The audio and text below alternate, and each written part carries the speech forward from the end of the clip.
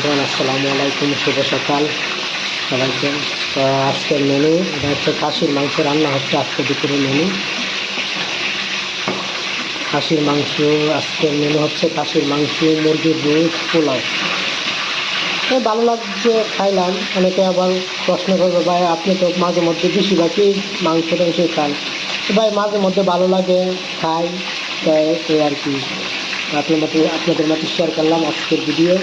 মুরগির রোস্ট রান্না করবো, রোস্ট ভাজা হচ্ছে।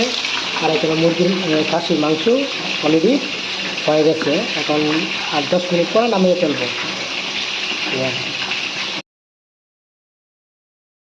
হ্যালো বন্ধুগণ, আসসালামু আলাইকুম। সো ফাইনালি আমার মুরগির রোস্ট হয়ে গেল। এখন মুরগির রোস্ট ফাইনালি হয়ে গেল, এই আর কি। ফাইনালি মুরগির রোস্ট।